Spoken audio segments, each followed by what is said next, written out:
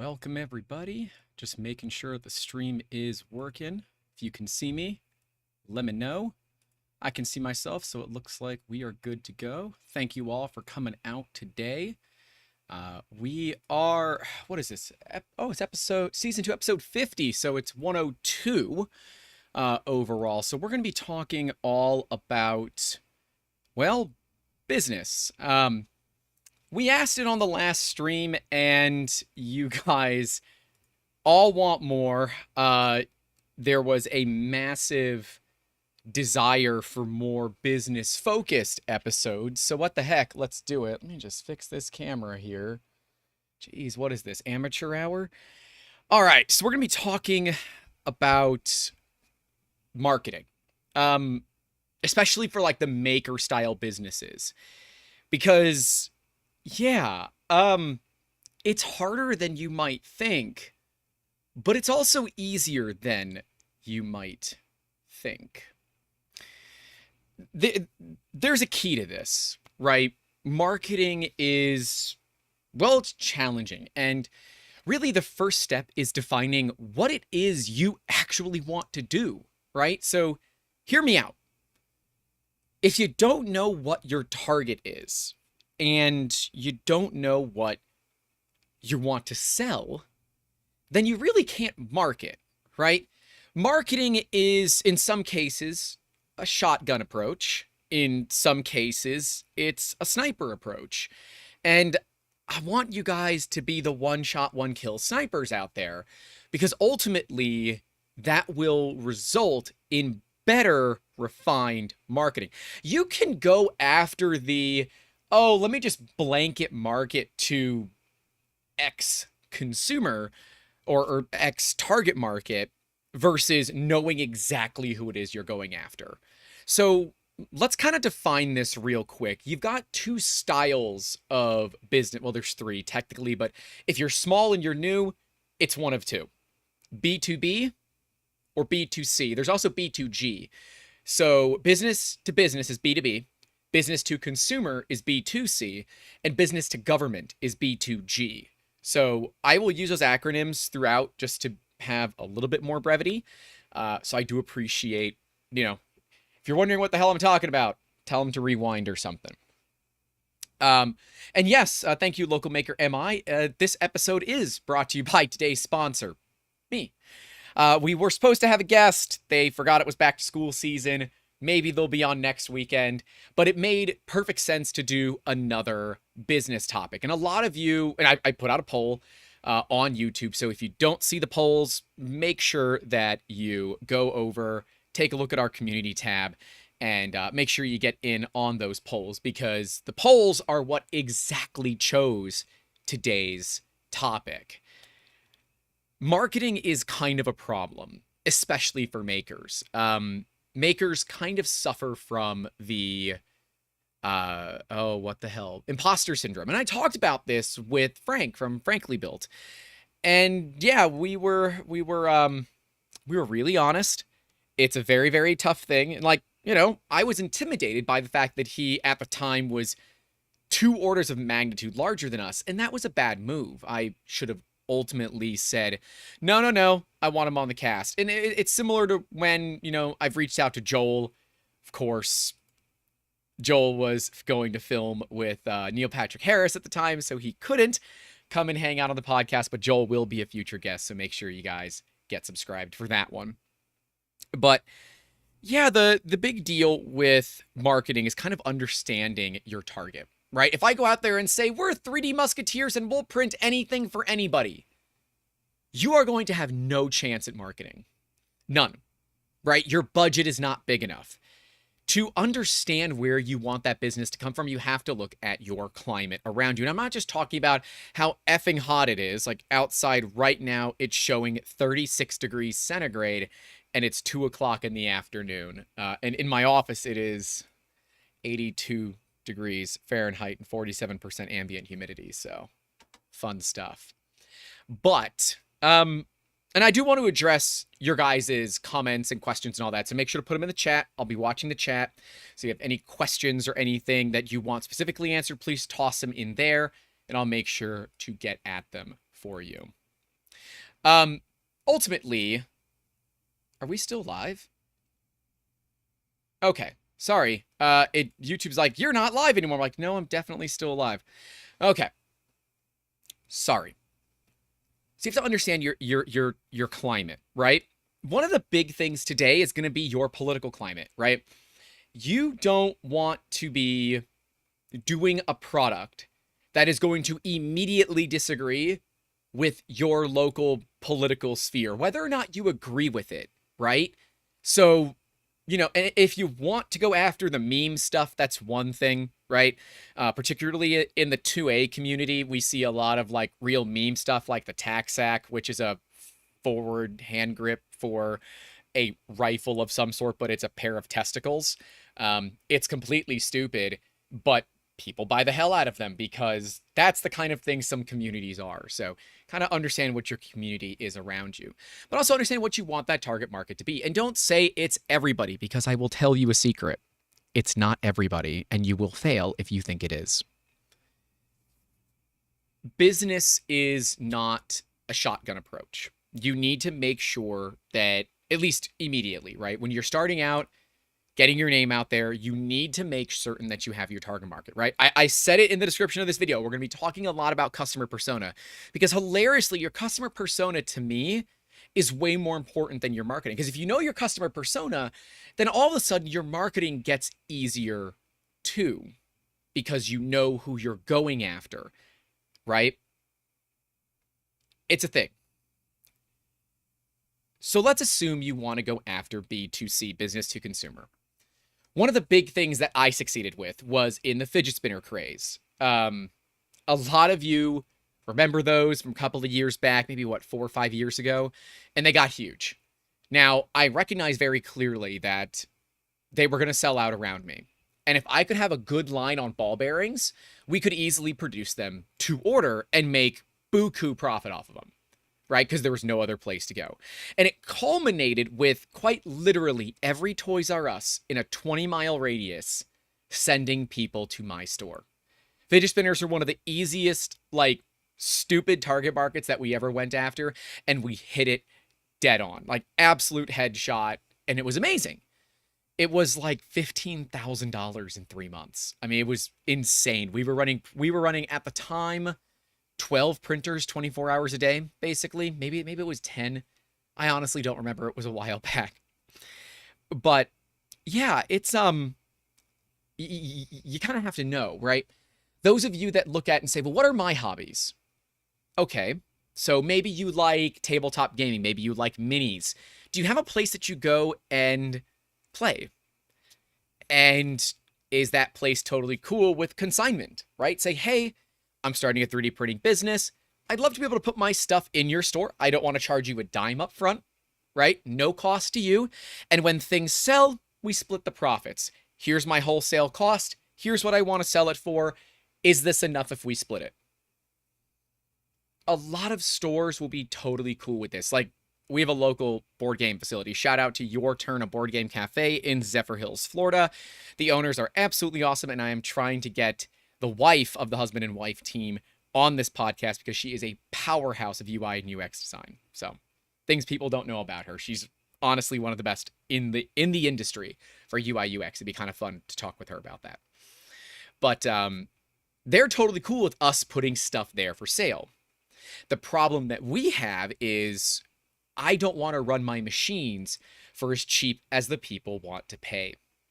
Zephyr Hills, Florida is not traditionally a very high-class area. It does not have many million-dollar homes that haven't been there for decades, and the property value has just gone up to do that. So you got to make certain that your target market makes sense. Now, I'm going to be teaching classes there, hoping like once a month or once every 2 months about 3D printing. Maybe we do one on resin, then we do one on FDM. We're going to do something where we can utilize that facility as a way to get our name out there.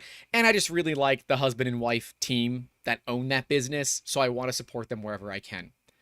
Don't just go into a business and say, I want to sell my stuff in your store unless they explicitly do consignment. You need to already understand if it's okay. Don't be that guy that's walking in as the salesman. Guess what? No one gives a shit. No one honestly cares about your business unless you can get them to care, right? You got to get them to a point where they start to care about your business. And they might think, "Oh yeah, what you do is cool, but I don't really see the crossover." Don't immediately go and talk to them. Okay, no problem. I understand. Hey, I'll still be in here. I'll see you guys soon. Something along those lines. I believe that works well if you have a good local community that you are already embedded with. One of the most important things is to keep up with your community. Okay, so YouTube has been quite a bit interesting for us, right? I expected the channel to bring in our target market, but it hasn't, right? I can look at my metrics and tell you that YouTube is not where business is going to come from for us. But see, it's not the first hit. If we are known as a thought leader in the industry, if people trust us, if people trust me, right, to run their parts, then someone says, well, who do you go to for 3D printing? Like, I know this guy from YouTube. He yells at the camera a little bit. He's very passionate. You should give him a shot. Right? So it's not that first hit, it's the second hit. And a lot of times that comes because someone placed a really big order with someone and they don't want it, so they're outsourcing it to us.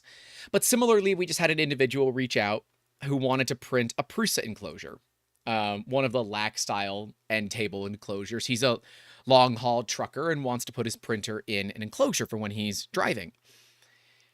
But I looked at it and I'm like, dude, this is a weak solid of 3D printing on one machine. Like, you could honestly go and buy one of the fancy Prusa enclosures for less. And as a business owner, that's kind of my job, right? And he respected the hell out of that to the point of where he actually became a patron. So that's pretty good. So I guess CTA of Patreon, links in the description if you want to support what we do. But he's not my target market, right? To print those parts for him, we have a certain way that we charge. I'm not going to talk about it. You guys can figure out what pricing works well for your industry. But suffice to say, I am on the upper side of pricing because I don't want to be on the lower side of pricing. Here's my secret. I don't want to work with consumers. I have no desire to work with consumers. In fact, the politician and the reason we're designing it and the reason we're building it is not to sell it. If it does sell, great. If it doesn't sell, I'm putting one in every single one of my printers and people can use it or not. I don't care. But the big problem with consumers, and I talked about this actually on Pooch's podcast, Maker That Money, a great podcast, by the way. It's over on Repcor's YouTube channel. One of the mods, if you want to link to it, you can. And if you do want to link to it, linked specifically to this past Friday's episode, where we talk about some client horror stories, and I actually come on and talk about a client who did a chargeback 11 and a half months after receiving his parts. Now, we ended up winning that, but that is one of the main reasons I don't want to deal with consumers. Because unfortunately, Daddy Bezos and some of the other things out there have gotten consumers to a point where if they can't get it now, they'll go find someone who can give it to them now. A great example, I just had a pickup for a part. They wanted it last night. So I said, okay, yeah, it's $20 if you want it in by Wednesday. It's $35 if you want it tonight. I said, okay, we'll pay for it. So I get it done that night. Oh, we can't come out. We'll come out in the morning. No problem. They come out in the morning. They pay me the money, right? Very happy to get the part. But they also knew what to expect when they came in. The average consumer is unfortunately, by and large, a waste of time.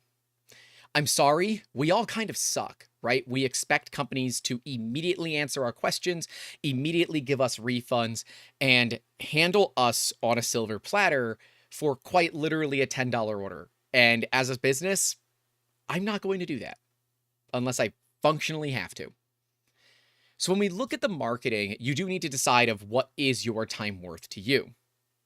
If your time does not have a ton of value, one, you're devaluing your time.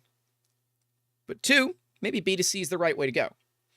See, the deal with consignment is the shop that sells it technically takes the risk. They are the ones that have to deal with the consumer. They're the ones that do the purchasing. They're the ones that directly interact with the consumer. You're the one that just provides inventory. That to me is pretty much a better way to do business. Give me just a second.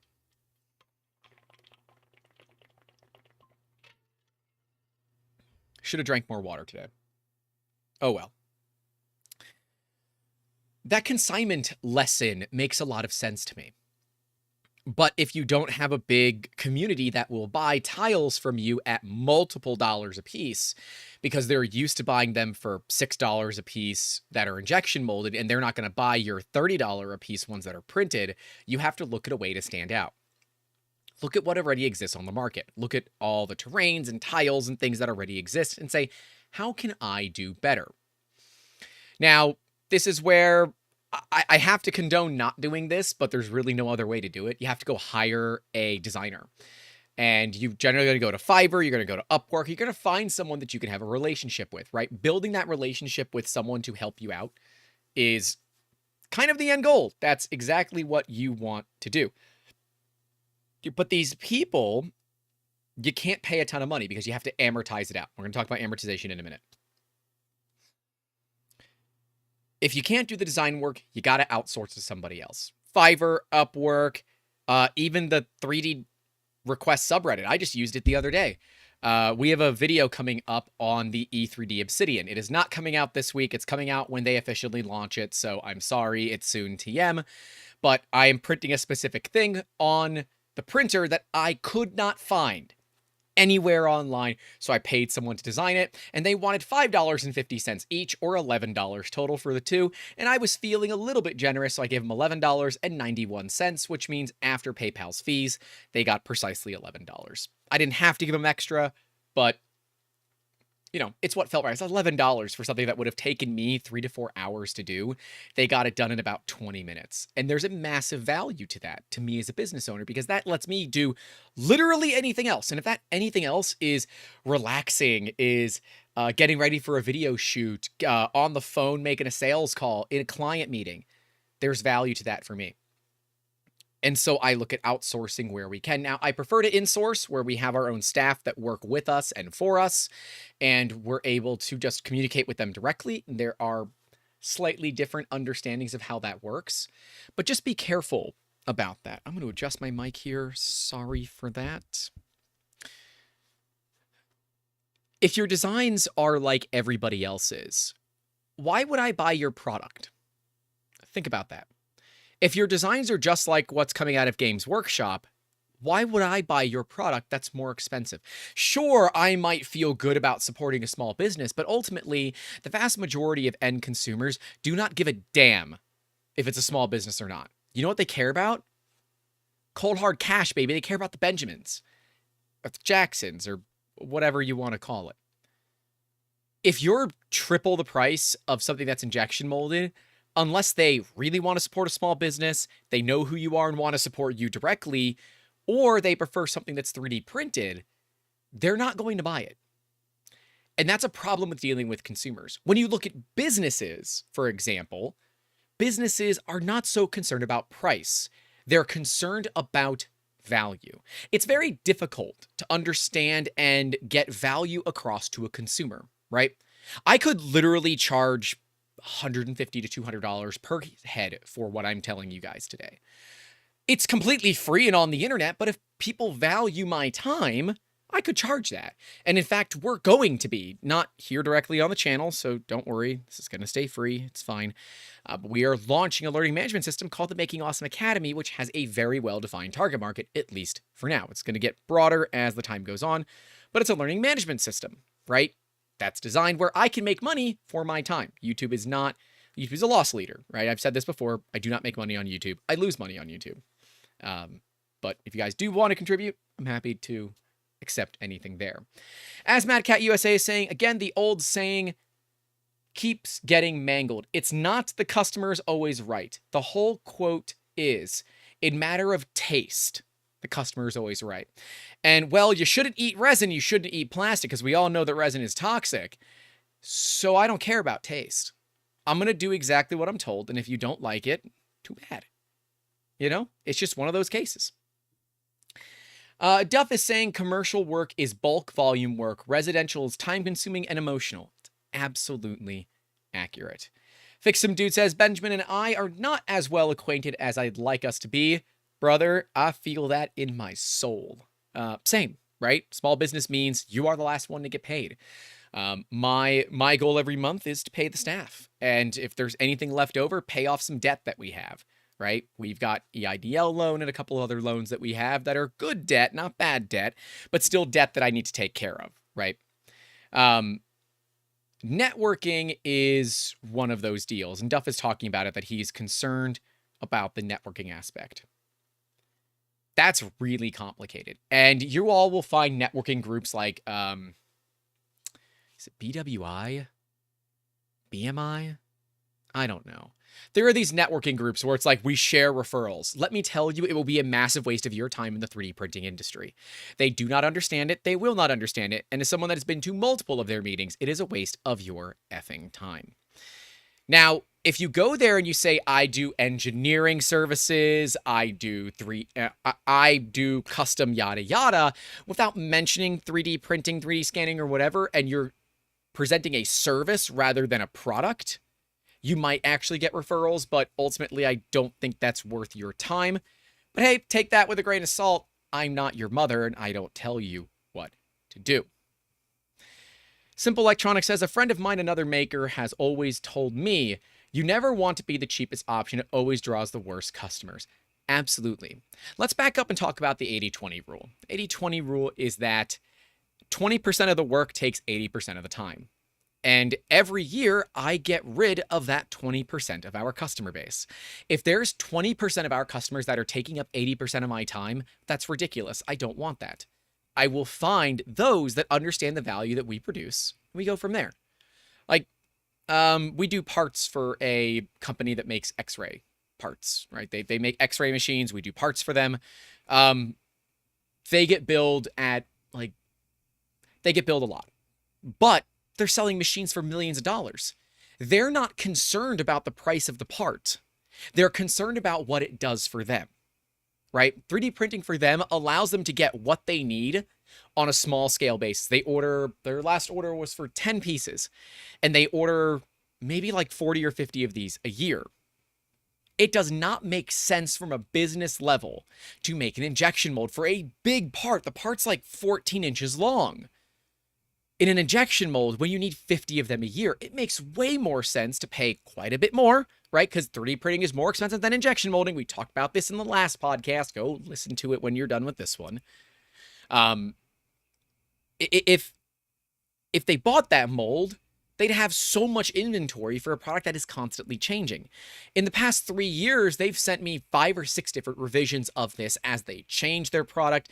And that's the value of 3D printing to them. They're able to produce on schedule, on time, when they need it, where they need it, how they need it. Well, that's a massive business for us. They're like a $20,000 to $25,000 client a year.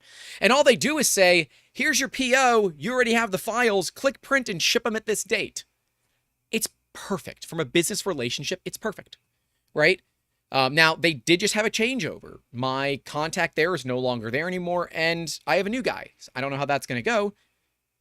They are delinquent on their invoice, but that's probably because they mail me checks, and the check just hasn't arrived yet. And I always, give people the benefit of the doubt when you can, right? Don't be the guy that's just trying to collect immediately. That's gonna be the person that really upsets pretty much everybody. Also, am I coming in clear? I decided to try to stream in 1080p and see if it works. So far, it seems like it's doing okay. So let me know if we're coming in clear. As Duff is saying, having a relationship with a small local business can give you some decent contacts. That's true.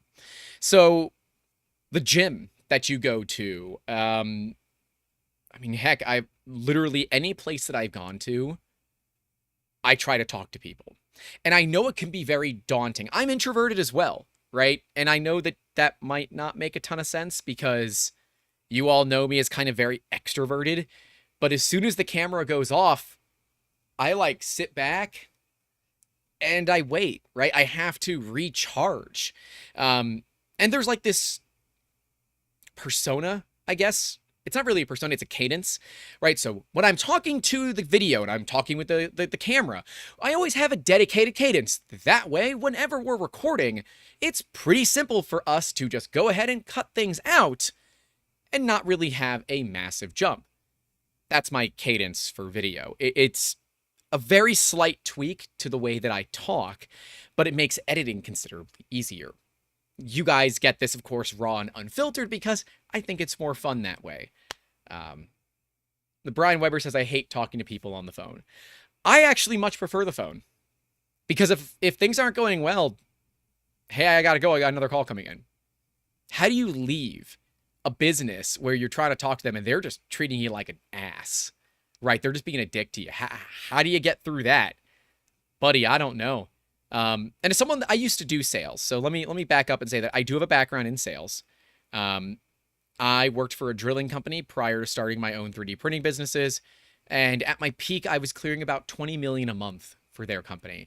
And all it did was it took me befriending one other company, a company that was our client, and said, "Hey, I'm kind of new to this, and I know you guys kind of know your competition really well. Can you help me out? Can you get me a list or people I need to talk to? Can you get me that kind of stuff?" And the guy was totally cool with it. He said, "Yeah, cut me a good deal, but write me the invoice for something a little higher." Right? So he's effectively pocketing the difference. It's not my business, right? Like, whatever he wants to do with the money, he can do with the money. It's technically defrauding his company, but that's on him. And it worked out, right? I also used to, no, we're not going to get into that, but there's gold involved in some of them. So it's an old sales tactic. It doesn't work too much anymore because digital is kind of the way to go. One of the big things that I've talked about before is our desire to work with attorneys, insurance companies, and that kind of thing. Duff says, "Shh, dude, it's been like 10 plus years. There's no statute of limitations on that anymore. We're fine." We want to work with insurance companies, and I found that pretty much every insurance company that we talk to, I can't get past their gatekeeper. I just can't do it. They're very good, and they're paid to be very good at what they do. They know that I'm calling to do business with them, and they want to stop me. Their goal is to stop me. Their goal is to not let me through. So I'm going to do a different thing. I'm going to direct mail every one of them. Every one of the insurance companies that I've called that I've had a no from, I'm just going to send them something. And 48 hours after I send them this stuff, I'm going to call them. Say, "Hey, just want to check to make sure you guys got the package that I sent." But do not address it to like the front desk. Address it to the person you want it to reach to. Or their secretary is also a preferred way to do it. Because the secretary is probably going to open the mail anyways. Just, make sure it gets the right person. I'm going to put a handwritten letter inside of it, which is probably going to actually be 3D printed. Put a pen on a 3D printer. I'll write one out by hand, scan it, then have a printer do all the rest. Oh, Justin says hi. He's currently squatting in my dorm. I guess that makes sense. Hi, Justin. Do your homework. It ends up in a case of you want to build that relationship. And if you can get past that gatekeeper, it's pretty easy. We work with a lot of industries where I don't even talk to the business owners. I talk with the salespeople because our goal is to fundamentally help the salespeople do their jobs, right? Attorneys, right? So when I work with the attorneys, I don't talk to the attorneys. I talk to their salespeople, their marketing people, their secretaries, whoever. And if I can talk to the attorneys, that's just because they want to talk to me. I have no desire to talk to the attorneys because they don't have time for me and I don't really have time for them. But if I can say, "Hey, I can help you win cases, I can help you spend less money, and I can help you get more value for your clients," that, my friends, is what you call a triple win.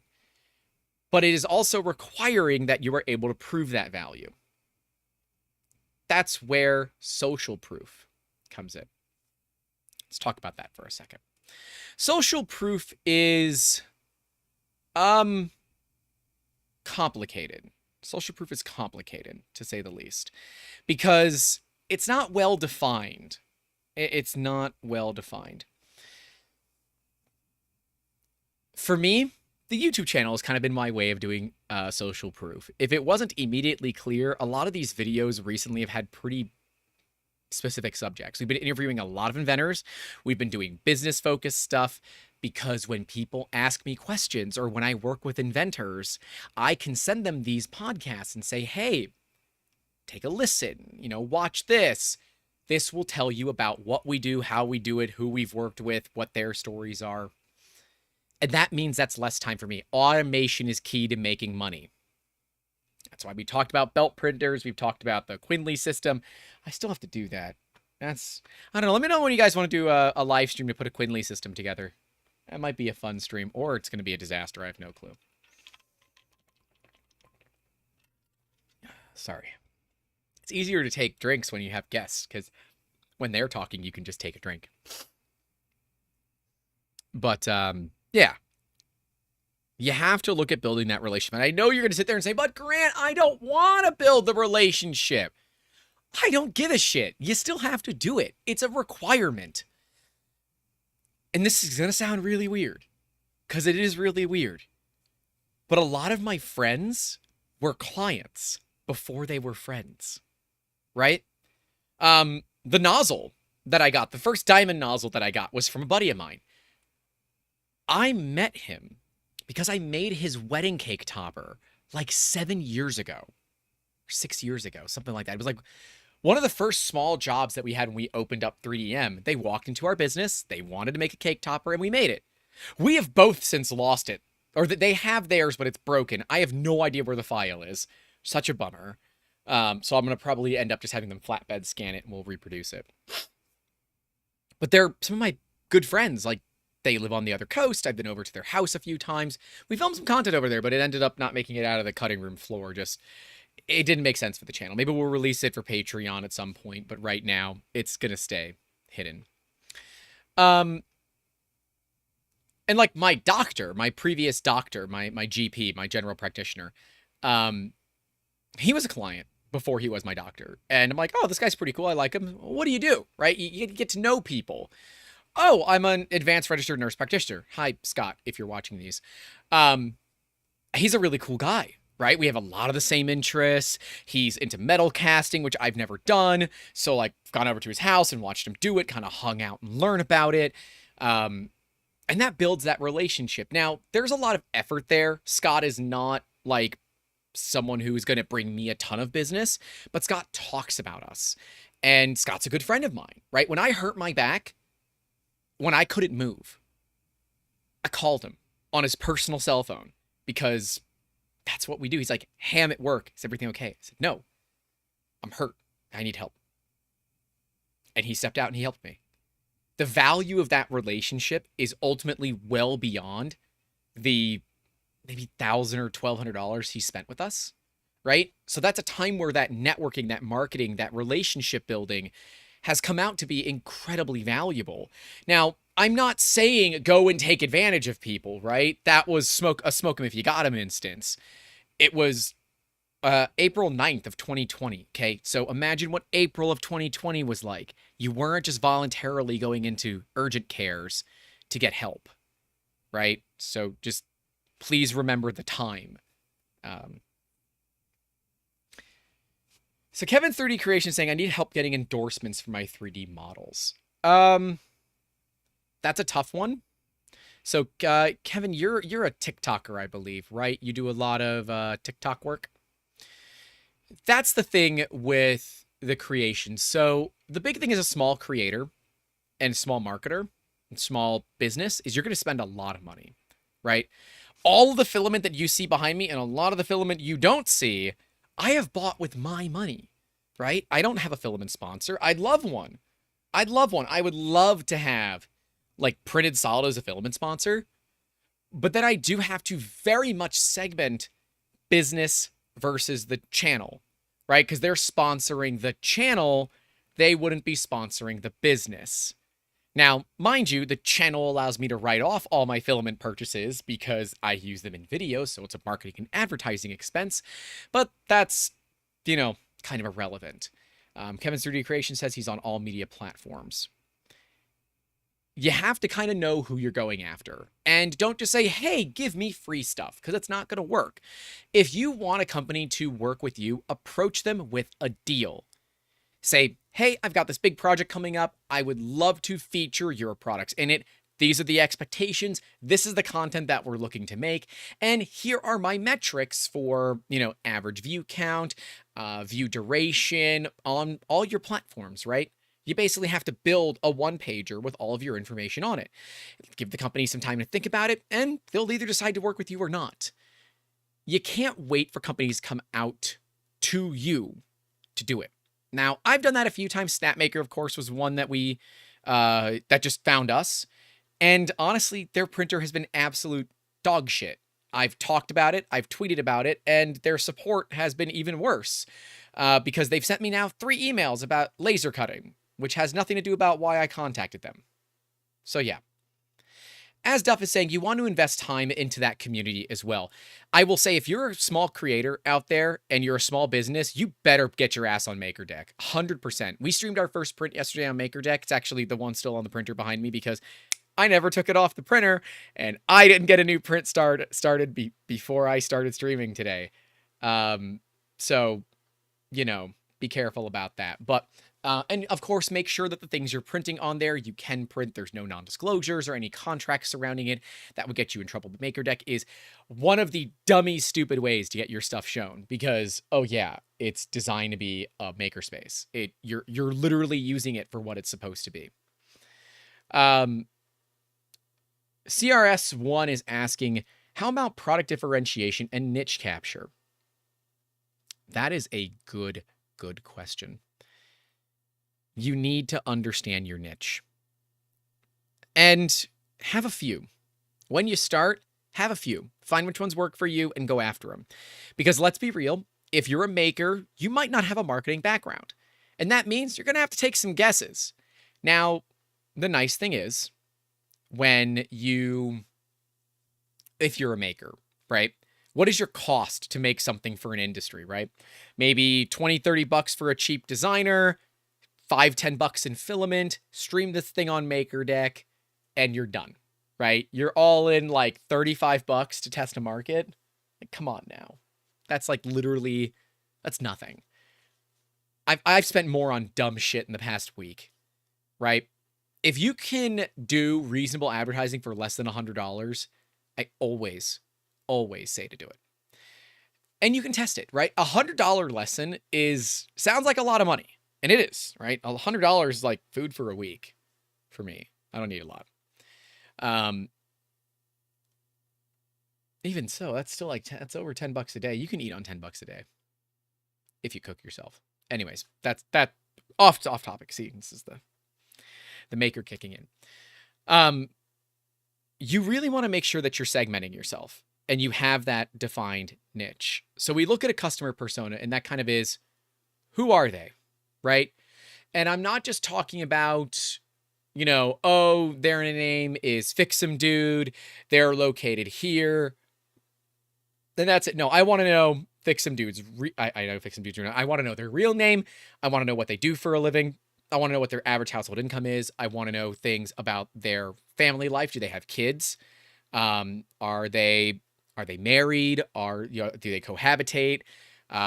You want to know that kind of stuff because ultimately that is important for you to know how to market to them.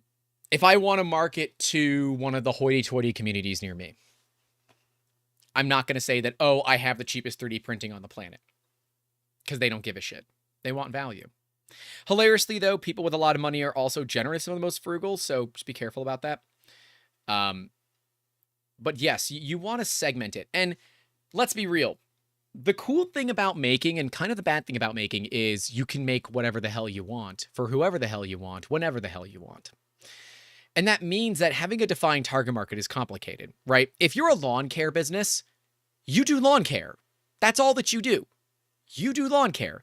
And maybe, you add pressure washing services on top of it and you have yourself a sweet, sexy, sweaty startup, right? Even better if you're attractive. I'm not.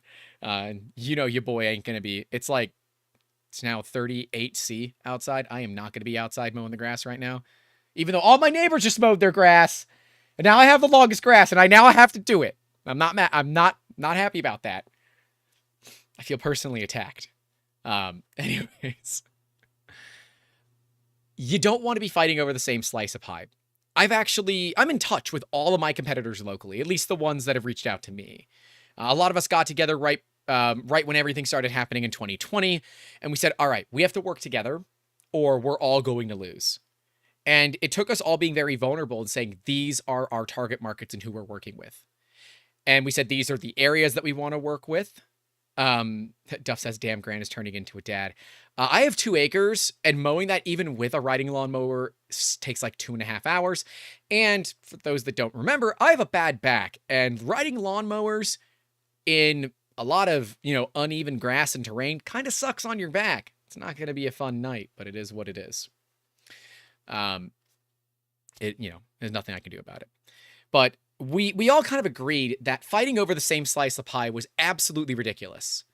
The only slice that we'd all decided to fight for was aerospace, because we are in the aerospace corridor of Florida, which follows I-4.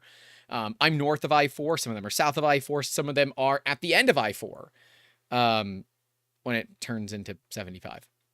Some of them are in St. Pete, which is 75, 275, 375, and all that. Anyways, we all decided that we would not try to compete with each other, because the competition really means who is going to win.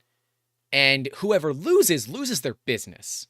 And we all agreed that we want to keep our businesses, and it makes more sense for us to work together than it does for us to work against each other. So when people come to me that's not my refined target market, I tell them, hey, this is not my deal. I can help you if you really want to work with me. But this person specifically deals in what you do. You might be better luck talking to them. So, yeah. Just be careful about that, right? Don't just copy what everybody else is doing around you. That will cause you to fail, because the only way you're going to be able to really, as a brand new business, compete is price. You're not solidified enough to be able to compete on value, service, customer support, and all of that. So you have to kind of compete where you need to compete. Price. And I mean, I had this yesterday. I even posted about it on Twitter. We had somebody message us via Google, which is cool. I like that. I like people can message us via Google. And they said, hey, I need this part done. What is it going to cost? Oh, hey, someone just left me a 5-star review on Google. That's pretty cool. So that's the other thing, right? When you get 5-star reviews on Google, you got to make sure you reply to them. I'm going to read it right here live. Let's see if my phone's going to load. Great service, nice people, very fast. They made it very quickly, accurately, and for a great price. 10 out of 10 would recommend. Boom. I don't even know who. I'm assuming it's the person that came and got their part today. I don't know. I also made a cool recommendation for a restaurant for them. And Aaron, if you're watching, go to Tibby's. It's a drive for you, but go to Tibby's. Anyways. The target market field of it means you don't want to compete. Right? If you can, get a Google business page. Even if you got to set it as your house, deal with it. Just don't tell people to come to your house. Right? Put whatever level of security and safety that you want. You don't have to have an address, but if you don't have an address associated with Google, you're not going to easily show up on the map. So just be careful about that. When we look at value and we look at that market segmentation, you have to provide that social proof and that value. And I believe social media is honestly one of the easiest ways to do it. If you're not posting photos of your parts on Instagram, or you're not putting photos of your parts on your website, if you're not talking about the products that you're doing, you're losing out. Now, I say that as someone that doesn't take pictures and put them online of the parts that we do. So, we do the time lapses, which we put online. They're on Instagram, TikTok, Twitter, Facebook, Instagram, YouTube, whatever. But they're also not always defined for our target market. Hey, thanks, Mad Cat USA, for the $5. Appreciate it. He says, good job. Thank you. And again, if you guys do want to support, of course, you can hit those super chats. We also have a a Patreon, YouTube channel membership as well. So if you want to go check those out, go check them out. Links below. And of course, don't forget to like the stream. As Duff says, register a domain name. Stop using Gmail as a business email. Oh my effing God. Yes. That's like one of the biggest things you can do to like really make yourself stand out is get a domain. I go through Namecheap. That's just who we use. We even use them now for hosting. I used to use InMotion hosting, but they got really expensive and their email I was having problems with it. So far, Namecheap's been great. And like the name says, it's pretty affordable. It's like less than half the price of what I was paying with InMotion. The thing is, InMotion has 24/7 USA-based customer support, which was pretty great for me because I'm an idiot. We used Elegant Themes Divi to build our website, and I bought one of their perpetual plans, which was $140, and it lets me put Divi on any website that I want, anywhere that I want, for any reason. I can make API keys and do all of that. That brings validity. And I built the website myself. I built through the 3D Musketeers website like 99% myself. So that's a thing to note too. I have 2 business degrees. I am not a web developer. It is WYSIWYG. What you see is what you get. WYSIWYG is what you see is what you get. It's an acronym. If you need to use Wix, Squarespace, whatever, go ahead. But understand with Wix and Squarespace, as soon as you stop paying them, they take your site down. You don't own the stuff you put up there. So that's why we went with a WordPress site with just Divi on top of it. It made more sense for us. Whoever you get your hosting through, get email through them because, again, you want it to look professional. Duff says, how many trucks I see with a website on them and a freaking Gmail email shown. It's nasty. Forward your damn Gmail to your domain email and move on. Yep. Geek Toy Box says, worse than Gmail is AOL. Yes, I have clients with AOL. I do too. I don't really care. But as a consumer, yeah, having, YouTube at 3dmusketeers.com being the way that you can reach out to the company directly via the YouTube channel is really convenient. Now, it's just an alias. I cannot send email as YouTube at 3dmusketeers.com. It comes in to the info account, and the info account is shared amongst all the staff. So normally I'm the one that responds to those emails, though. So if you do email, and as a lot of you have found out, the ones that have emailed me and emailed the YouTube account, I actually reply to them. So if you have any specific questions, you can always ask them there. Yeah, and as Madcat says, I'm Madcat USA on almost all the social media platforms. Just PM me on any of them. If you want to get business on social media, don't lock down your DMs. Open your DMs and let anybody who is anybody slide into them DMs.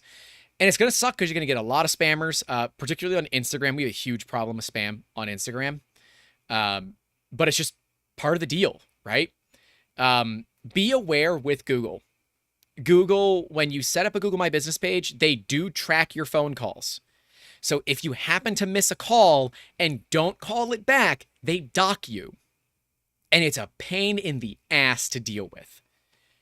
The more phone calls that you answer and the ones that you don't answer that you call back timely, the better your business rating will be. And of course, 5-star reviews help out a ton. Here's the problem with Google and reviews in general, right? Testimonials are some of the most valuable marketing that you can have, right? We have testimonials on our website. We have Google reviews. But to get somebody to leave a review is very, very difficult, right? Every package that I send out, I put it on the label. Hey, don't forget to leave us a review on Google, right? I've been debating on redoing our business cards.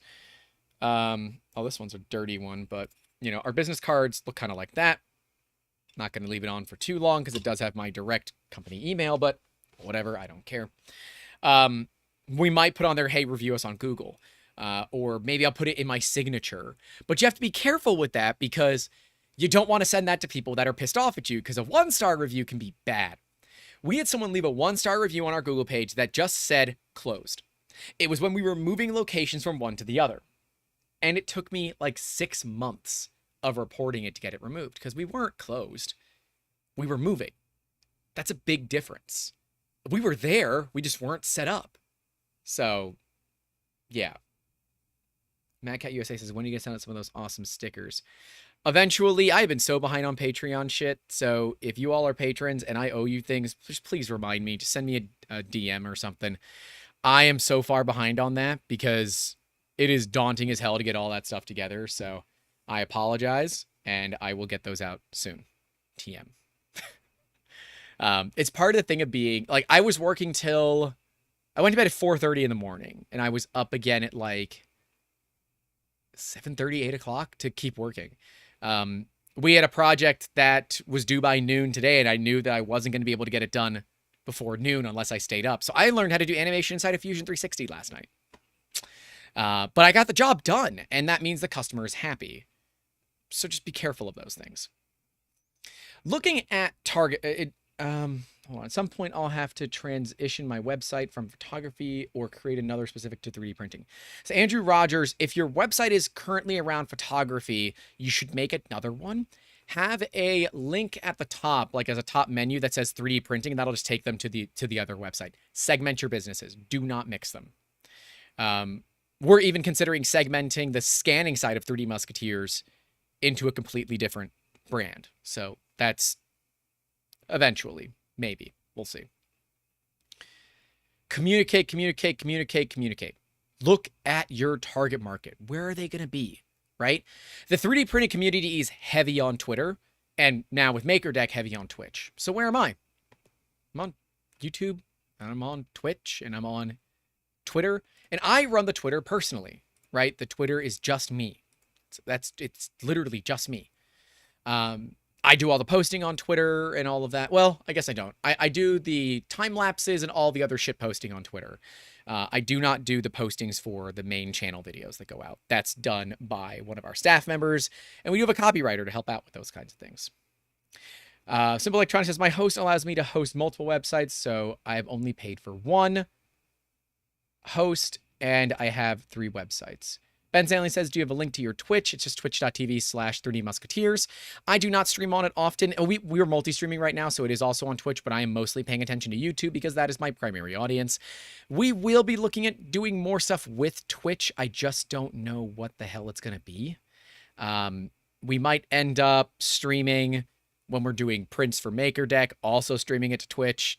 I don't know. Haven't come up with that yet, but I am not big on Twitch. I'm active in the Twitch communities like MakerDeck and all of that, like in the comments and stuff, and I mean the Discords. But yeah, that's kind of it. And Discord is going to be one of the big places as well, but recognize that Discord is not a place for you to get business. Kevin is asking if I use Restream. No, I use something called Switchboard. If you are a new business and you don't know about AppSumo, I am so sorry you've been missing out. They don't pay me to say this, but damn it, they should. AppSumo is a way to get, like, it's a way to crowdfund software, more or less. And these are companies that have already existed. They're trying to get new customers, and they're trying to show off their technology to others. And what they do is they offer incredibly discounted rates.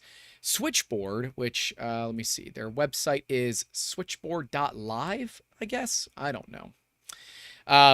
They were on AppSumo. I paid $168 for life. That's it. And I don't have a monthly fee. I don't have any of the bullshit. It's great. Flowloo, which is what we use for our, not our CRM, it's our project management software. Flowloo is the same way. It's just like Monday.com, but Monday's like $40 a year or $40 a month. Flowloo was, I think I got a big account. I think it was like $300 once, and that's it. So AppSumo is awesome for small people, but be careful because you could end up buying some software that you're not going to use. Just be careful about that stuff. We had a competitor of Canva that was on AppSumo, but they got bought by people that make the cheap business cards. What the hell's their name? Whatever. They got bought by them, and now that software is a part of that company. The name Vistaprint. They were bought by Vistaprint, and now it's all Vistaprint branded. And I didn't have a choice, but I also don't pay for it. But it's now also free as part of Vistaprint. So I paid for it up front. I used it. Now we don't use it. So is what it is. You just got to be careful with that. But yeah, sorry, I'm off topic. Yes, Vistaprint. So let me see What else we got? We talked a little bit about imposter syndrome, and I want to go back to it.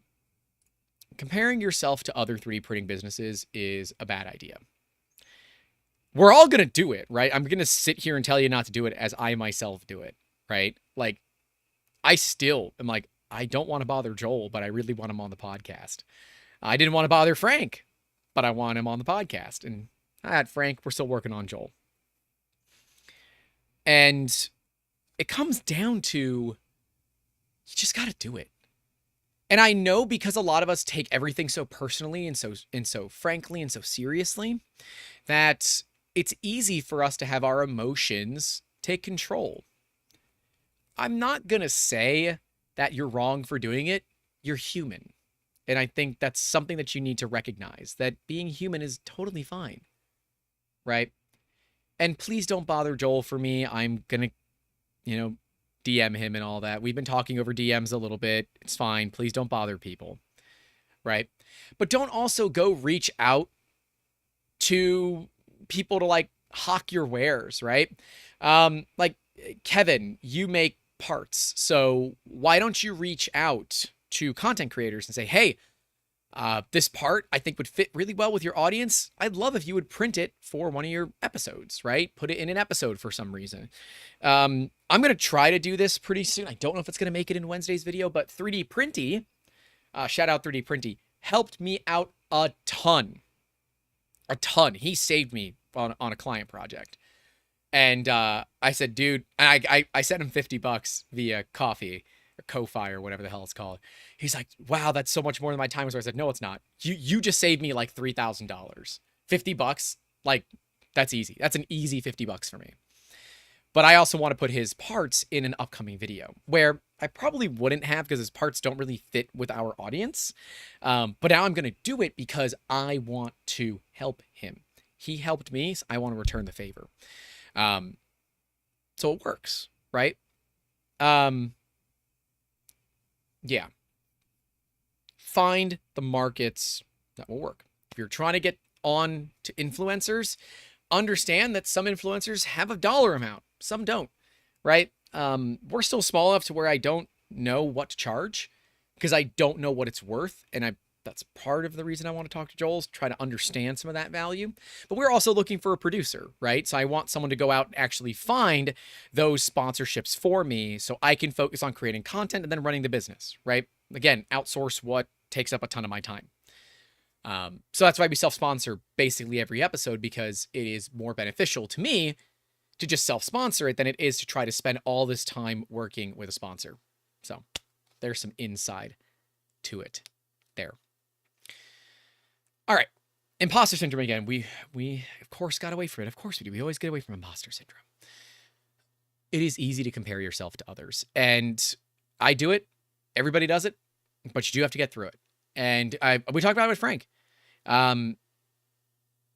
It does require the people that you're comparing to not be dicks, right? You need them to be very, very real. And if they are, you'll be fine. If they're rude, you're going to have a bad time no matter what. So imposter syndrome or otherwise, doesn't particularly matter. I don't know if there's much more I could talk about imposter syndrome, right? It's a tough subject because it works differently for others, but it's effectively you comparing yourself to other people and thinking, I'm never going to be as good as them. And yeah, you know what? Right now, you're not. And that's okay. That's totally, totally okay. You'll get there. Right? A year ago, we had just surpassed 1,000 subscribers. We had just gotten monetized a year ago. And here we are sitting with, right before the stream started, a little over 6,000. I think it's 6,100 now. Because the Prusa video that we put out did amazing. It was amazing. That video was great for us. Financially, it's been terrible, but a lot of good subscribers, and that's what we look for on the channel. But you also have to define what your, it's called a KPI, Key Performance Index, what your KPI is going to be. And a KPI is how you measure performance, right? Everything as a business needs to boil down to numbers. And if it's not boiling down to numbers, you're not going to be able to track it. Spreadsheets are basically gospel, right? Google spreadsheets, have a CRM, go use HubSpot. They're free to start. Just go use HubSpot. Again, they don't pay me. I really should have had a bunch of sponsors for this episode. But if you don't track this stuff, you're going to have a bad time. Like, we even track things like how long it takes me to get back to clients. And if I can reduce that time, that means I can make people happier. But I also have to understand that if they're used to instant gratification or instant replies, if something is going on and I can't get back to them for a few hours, I'll get 2 or 3 emails asking what's wrong. Now they're upset. So now I have an uphill battle rather than a consistent battle. So be careful about that. KPIs will tell you if your marketing is working or not. I say start a business with little to no marketing and just try. You can start by posting photos on Instagram, doing TikToks. One of the things that I found, and I kind of want to do it, but I don't really know how, and I just kind of hate TikTok, are the people that film TikToks about their days as a business owner. And they talk about reactions with employees, with clients, and, you know, there are people that show you what's inside of their business, right? It's that in-depth, you know, customer said they needed this, and we had a conversation about it. And I talked to them and said, well, it's not so much this way, it's more this way. And they learned a valuable lesson that day. So I hope this helps. Something along those lines. Yeah, it's a bit... TikTok is weird. I do not use it personally. I actually have to log into TikTok on the browser because I do not have it on any of my phones. But I am considering should I do like more BTS content or behind the scenes content on TikTok? I don't know. It's a lot of work to become a content creator. And that's something that people don't understand. Anyways. All right. Ask me some questions in the chat as well, guys. So if you have any specific questions you want answered, I will do my best to answer them. And I guess we should cover actually starting the effing business, right? A lot of you are just going to start saying, oh, I'm going to make an Instagram. I'm going to call myself a business. But are you actually a business? And you need to understand your laws. So there are a few different types of businesses that you can do. Of course, there's for-profit and nonprofit. You are not going to do nonprofit if you're trying to make money. And nonprofit is a lot of extra paperwork. So just do a for-profit business for now. There are a few that you look at, right? You have an LLC, you have a corporation, and you have a partnership. I think those are the ones that you look at. Business is cheap generally to set up. But at least here in Florida, which is one of the things I hate about Florida, is it's all public. Not only is it public, the addresses of the business and the addresses of the owners of the business are public, which sucks. But not a lot of people know that. Is what it is. Anyways, it's cheap insurance, right? An LLC is normally what most people are going to want to do. An LLC, at least in Florida, requires 2 people. If you have a single member LLC, it is treated as a sole proprietorship. And a sole proprietorship means you do not have the protection of the business. All of your personal assets are accessible, right? So let's say you do a big project for XYZ government contractor and they sue the ever-loving shit out of you. If you have a real LLC, you bankrupt the business and you move on. You start again. If you have a sole proprietorship, they're going to take everything that you have. So make sure you have an LLC, even if it's a family member or someone as a minor partner, but make sure that they actually do something. If you just have a bullshit member in an LLC and you can't prove that they provide value, you could get sued for that. And there becomes an issue. Like my brother is our other member for 3D Musketeers, and he does all of our tech, right? Him and a couple of our Patreon members actually do a lot of the tech for 3DM, right? He helps me spec computers. He helps me with IT stuff. So he has value, right? That value is actualized. Sole proprietorships are a bad news. Do not do them. If you don't set up a business, it is immediately classified as a sole proprietorship.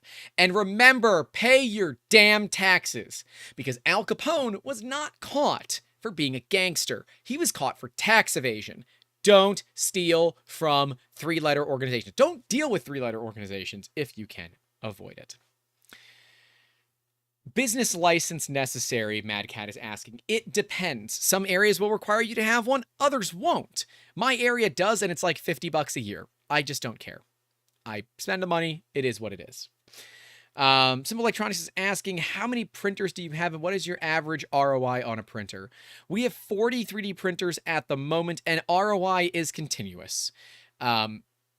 Yes, right now nothing is running. It's mainly because I haven't gotten to it yet, and I was filming earlier this morning, and all the lights are still on the set. And then it got too hot to film.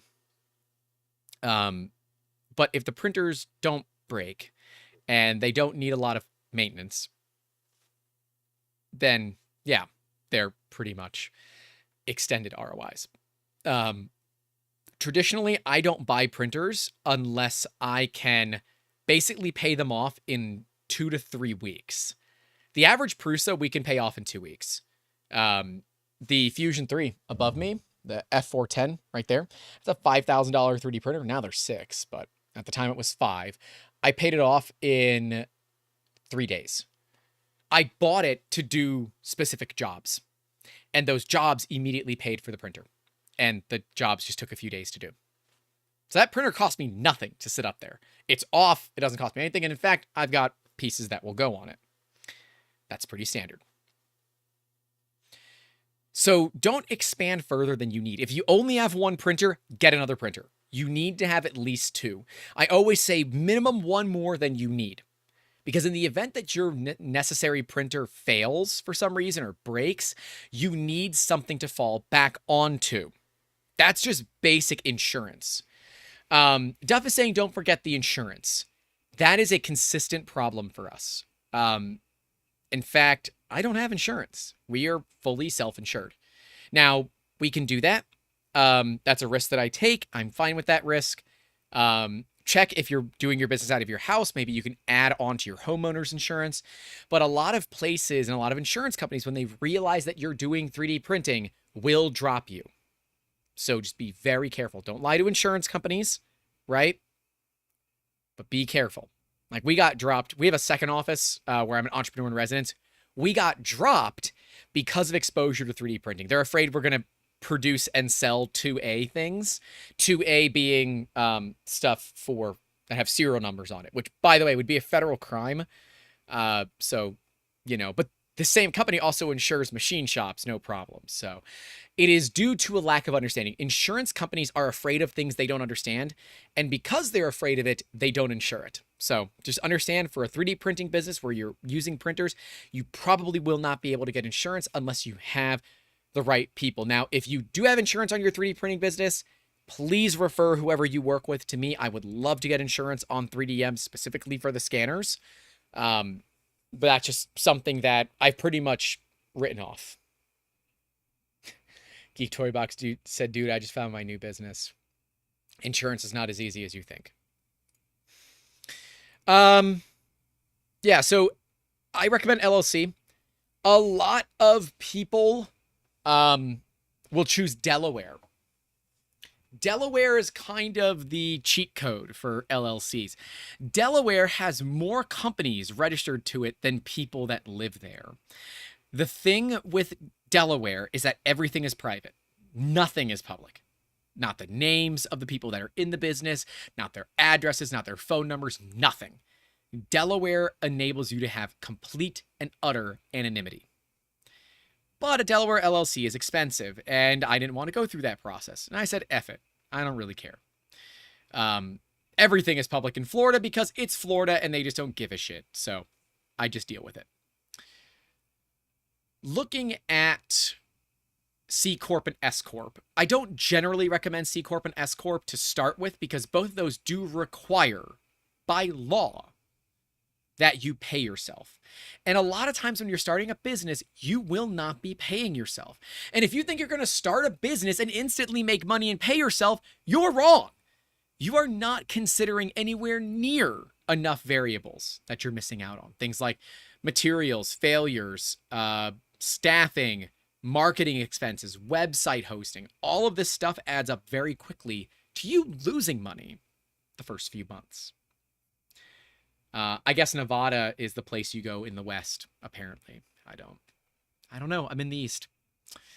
Okay. Yeah, S Corp, and these are corporations, and it's subchapter C, subchapter S. A lot of times when your LLC starts to do good, you will choose to file as an S Corp pass-through, which I believe reduces your taxable liability a little bit. But, also remember, we don't make enough money to be in crazy high tax brackets. But my current tax bracket is 31%, I think.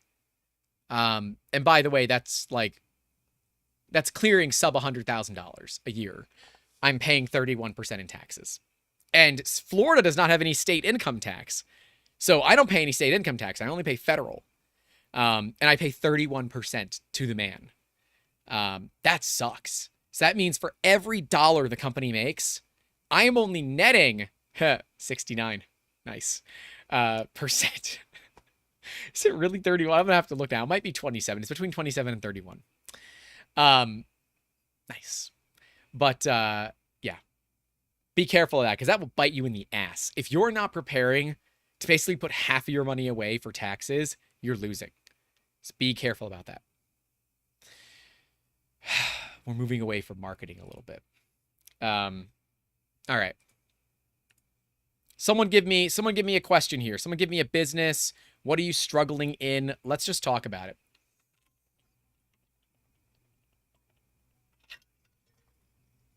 And by the way, if you're listening after, these are, of course, streamed live on YouTube every weekend-ish. This is episode 102, or season 2, episode 50.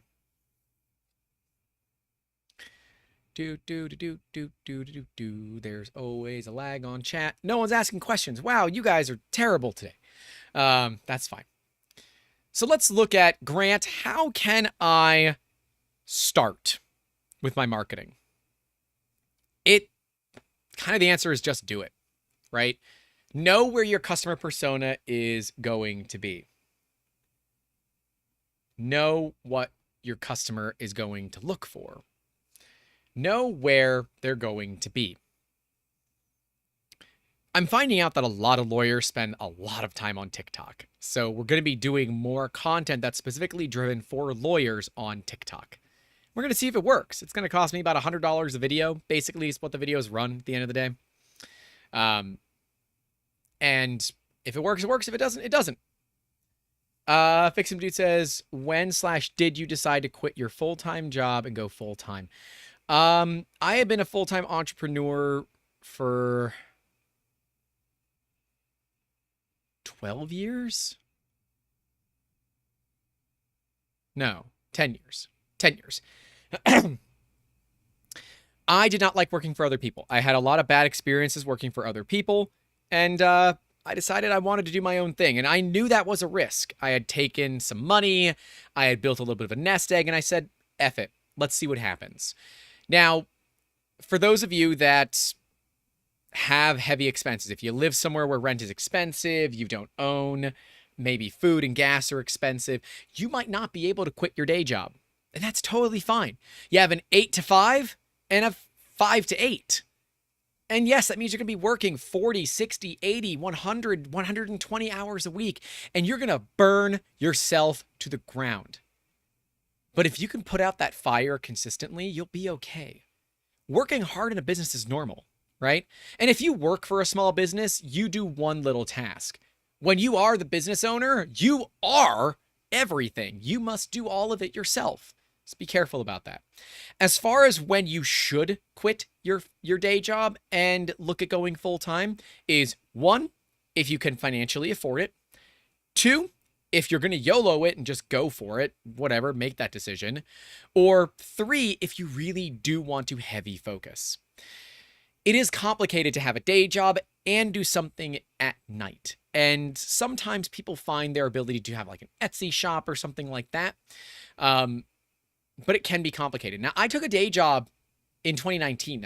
I got injured on that day job. But the agreement was with them that I could still run my business, but whenever I was on their clock, I could not answer my phone. I could not do company emails.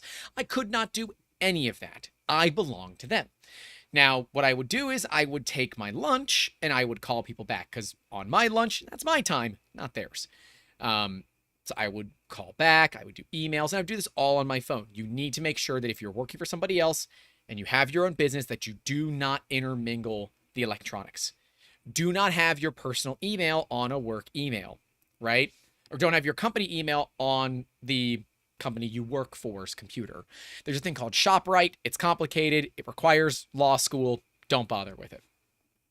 So yeah, day jobs. It's a complicated thing. It's financially different for every person. If you have a spouse or significant other that can financially support you and believes in what you do, you need to be very, very certain that they believe in what you do and are willing to put up with it. Then you can do that too. But understand it is going to put a lot of strain on your relationship. It is going to be stressful. And if you work out of your house, you're likely going to bring those problems that you have in your business into the bedroom, if you will, or into the rest of the house. So one of the big things I state for business owners, and something that I don't unfortunately practice, is keep a schedule. Keep a schedule of when you're working in your business. Keep a schedule of when you're doing other things, because otherwise the shit will get away from you. Don't ask me how I know. Duff says, honestly, my marketing issues right now would be figuring out how not to be so visible online. That's easy, Duff.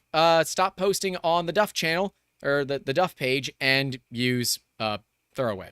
There you go.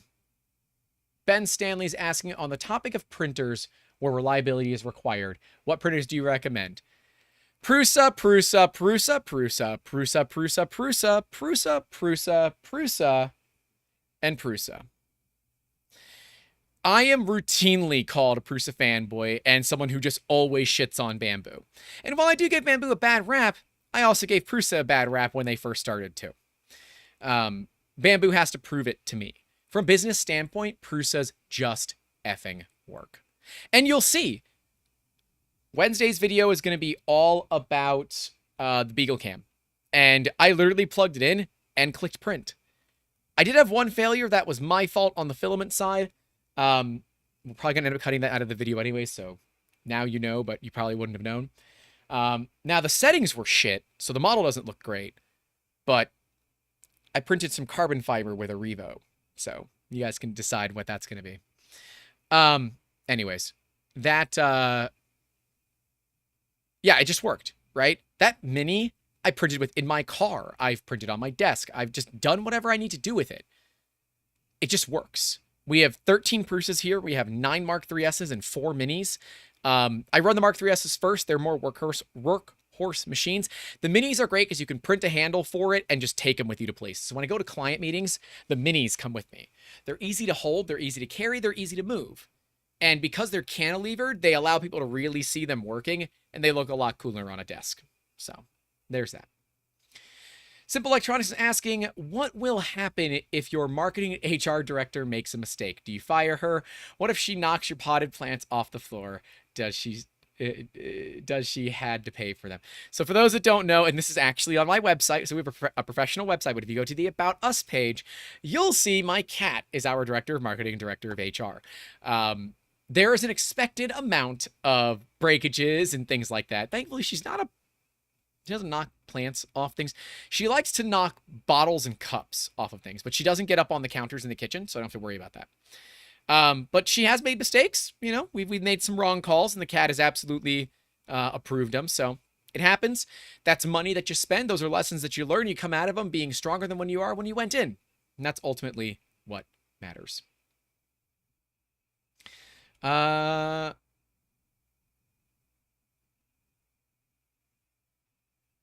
think, I think Duff is talking about the company that he works with. Huh. Yeah, I don't know. You can change your name. Then you got to start over again. Andrew Rogers said, I'm looking at getting a print farm up and running. Once my relocation is final, drumming up business is where I think the struggle for me will be. small businesses, engineering firms, aerospace.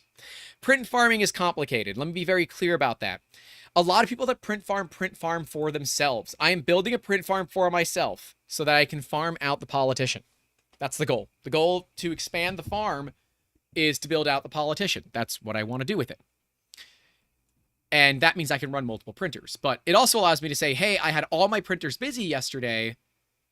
Someone needed an emergency order, so I just turned on another printer and ran it again.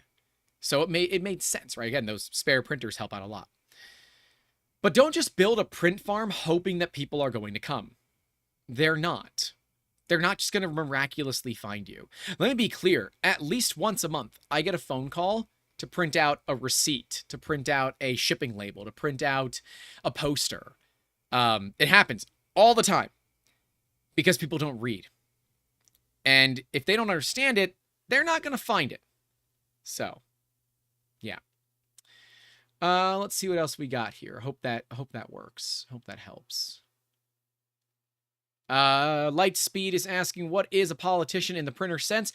It is the product that we are building that filters and produces hot air. That's why it's called the politician, because it does exactly what a politician does. Okay, so that kind of covers the questions that we had. So let me build off of the expansion, right? A lot of us are tempted to say, ooh, new shiny, ooh, new shiny, ooh, new shiny. Let's buy new things. And, you know, enjoy them, have fun with them, make shit with them. The new shiny's a problem. Like, it's a problem for me.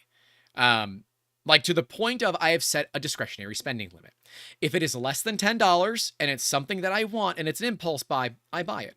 I just buy it. Because $10, it's not going to make a difference at the end of the day. I don't reasonably care about it too much. And I am more concerned about being able to utilize a product that can be affordable to me. So, yeah, like a t-shirt. Do I show it? Yeah, I show it. I show it. This is going to be the shirt that I'm wearing in the back half. So this is the shirt I was wearing in the front half of Wednesday's video. I'm going to change into this shirt, which is perfect for me. Yeah. And I support those that support you, right? You know, if you're going to print on MakerDeck, buy some MakerDeck merch and support MakerDeck. If you're going to, you know, if you want your parts and your parts are shown on a influencer's YouTube channel or TikTok, whatever, social media, support them. Support them, right? If they got a Patreon, kick them a couple of bucks. If they got a Ko-Fi, kick them a couple of bucks. Because that helps validate what's going on. But do it after the content is aired, right? Don't do it before. Because then it gets kind of nasty. It gets kind of nasty.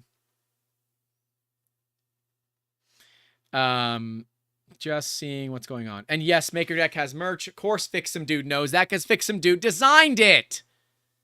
So go check it out. I have a MakerDeck shirt coming and a MakerDeck apron. I got the kiss the maker apron. All right. Let's expand on the expansion. It will make a lot of sense to say I can get a good deal on printers. I'm going to buy them now. And I've done that. I bought 4 Prusa minis and 2 of them I didn't open for over a year. But I bought them when Prusa does free shipping. Statistically, Prusa does free shipping every Black Friday. So if you're looking to get another Prusa printer, try to make it fit around Black Friday, which is the day after American Thanksgiving. So yeah, be aware of that. Now, the Mark III's just went up in price. I was gonna buy some more Mark III's when they announced the price increase, but I opted to say no. I'm gonna see what the next iteration of the Mark III's or Mark IV or whatever they go to after that line is, and just kind of keep with what I have. The 13 Prusas are enough, but we do have 40 machines total. So Duff says, not so much a marketing comment, but more of a business operation comment. Be aware of the fast race toward the bottom when competing. There's always going to be someone who tries to undermine you. That is correct. And I think it's still there. We have one of our competitors is directly advertising against us. So when you search for my company on Google and you have your ad blocker turned off, you will see his company. And I know it works for him. And I've called him out on it and said, dude, quit being a dick. Right? Because I can do the same thing. I can just go do a pay-per-click advertising against him. It's not worth my time. He's going to get business, and that's fine. But I'm still going to get business too. People are going to see through that, or they're going to have ad blockers on and just not see it at all. Lightspeed is asking a Prusa guide too, but how do you think they stack against the Bamboo Lab for nearly the same price? I am not trusting Bamboo with a 10-foot pole right now. Their printers look great, fine, but they are not proven. They have not proven themselves to me that these printers can operate in the kind of abuse environments that small businesses create for 3D printers. They've also not proven to me that they have the appropriate customer service responses. And it's going to take about 6 months for me to be able to really understand that. And if in 6 months, everything looks good, they're really growing as a company, they're doing a lot of good things, and they're keeping their customers happy, then yes, I think there is a value to it. But from a small business standpoint, absolutely positively no. I need something that is just going to work and not have really random failures. The Prusas just work, and that's why I like them. I do think there's value to Bamboo. I think that, quite frankly, we needed them a lot earlier than I think they came on, because I think it's kind of readjusted people's ideologies for how they look at printers and how they look at the value that printers bring. Because previously, trying to get people to spend $1,000 on a 3D printer was never going to happen. Ever. No chance. But when they saw how fast it was, all the features it came with, they're like, oh, okay, yeah, that makes sense. I can do this. And it stopped being a suicidal race to the bottom, as Duff was talking about. I see DWIT3D is in the chat. Hey, dude, how you doing? So yeah, there's my issue with Bamboo. If Bamboo can solve those issues, great. But it's going to take them time to do that. And there's really no other way around it. Okay. Duff talking about the fast race towards the bottom when competing. I've talked about it before. I've even made a video on it. Stop being the cheapest person on the planet. I want to be clear with you. Those that are shopping on price are shitty customers. I'm sorry. They're shitty customers. You do not want them on your business. You don't want them in your company. You don't want them to be dealing with you, because guess what? They're the Karens. And there's only one Karen. That's a friend of mine. Otherwise, stay away from Karens. Right? They're gonna prove to be problematic. And if you don't trust me, listen to this story. I had a gentleman who reached out to make a custom car part. It was a complicated part. It was to an incredibly rare convertible. It was the latch system for an incredibly rare convertible. There were only 300 of them made in 1 year. That was it. 300 of them. So he has one of 300. Of course, the parts are no longer made. He cannot get them. He provides us with the broken part. It is reassembled by him, because I don't reassemble parts for people. They need to do it when they bring it to us. And we reproduced it. The part worked flawlessly. It worked great. Now, it took us a few tries. I'm not going to lie. It took us a few tries to get it right. But it eventually worked properly. 11 and a half months later, without any contact to me whatsoever, he files a chargeback against our company, stating that the product broke and he wants his money back. And not just for the cost of the part, but for the entire project, which was damn near $900. I told the story on Pooch's podcast. And it took me over 90 days, it was 92 days, to fight that claim. And it took me at least 40 hours of my time. I lost thousands of dollars in my time dealing with that. And let me tell you, the hit that it had on my mental health was insane. Panic attack immediately ensued. The guy was a dick. The guy was honestly just being a dick. And had he reached out and said, hey, the part broke, can we see how it failed and understand if it was my fault or your fault or whatever, I'd sit down and talk with him. But he immediately just did a chargeback. And that's not cool. He also, from the beginning, was haggling me on price. So, yeah, Fix and Do says you act like time is money. Yeah, I do. And for a while, this community has accepted the suicidal race at the bottom. Look at Enders. Enders have this problem. How many effing SKUs does Creality have for the Ender series? Creality has a marketing problem.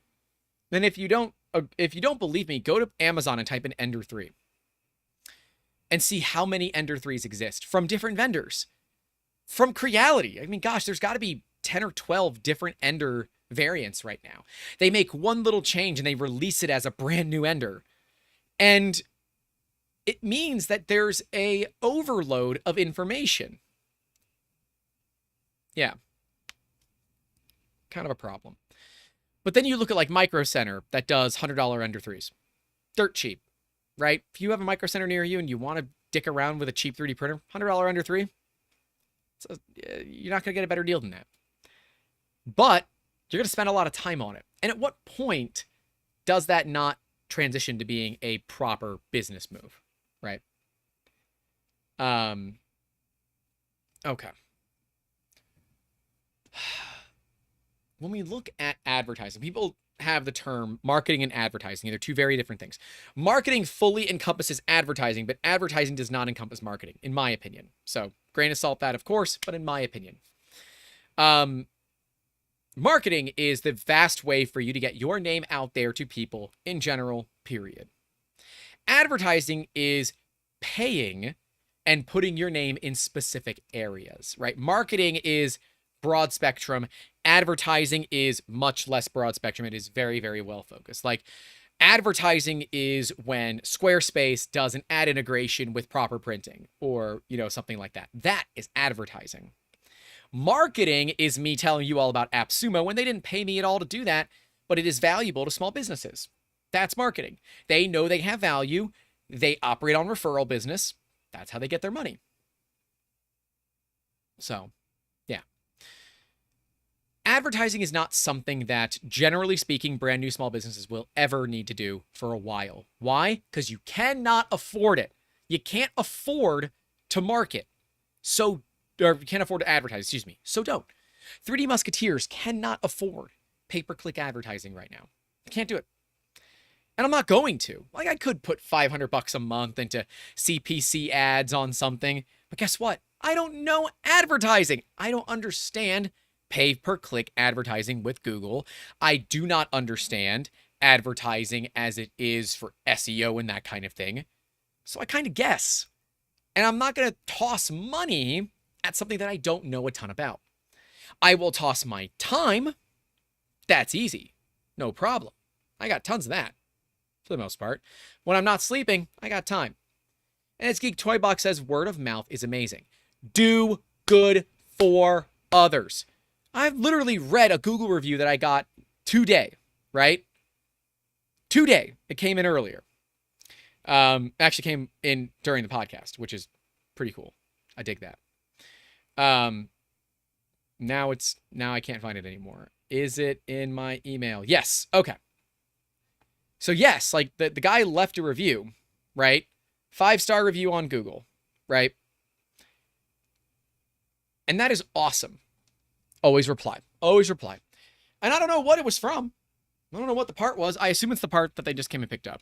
But either way, I'm incredibly satisfied with the way that referral marketing and word of mouth works.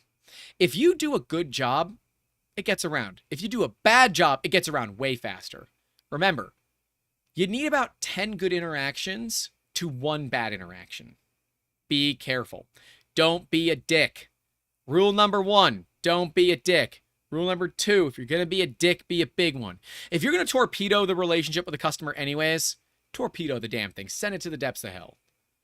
Send it to the shadow realm, if you will. Because it's not worth it. It's not worth it. I want you all to succeed. If you need to, make parts for friends, have the friends write Google reviews. It's kind of skeezy, especially if it's very clear they're friends of yours. I wrote a Google review for my own company. I don't care. I'm happy with the work that I produce, so I left my own 5-star review. Offer parts, right? Offer a discount. Although that might be against Google's terms of service. I don't know. Check that. We don't offer a discount for reviews. Not that people really leave them anyways. We've been in business for like 6 years, and I think I have like 40 reviews. Because again, it's difficult. Now, you might say, well, what if I do drip marketing? What if I do, email marketing? unless you know what you're doing there, I would caution you to be careful, because ultimately that is a lot of money, it's a lot of time, and it can get your domain flagged. And you do not, under any circumstances, want to get your domain flagged. If that happens, your emails won't go through. And that means if customers do contact you, you can't reach them. You can't contact them back.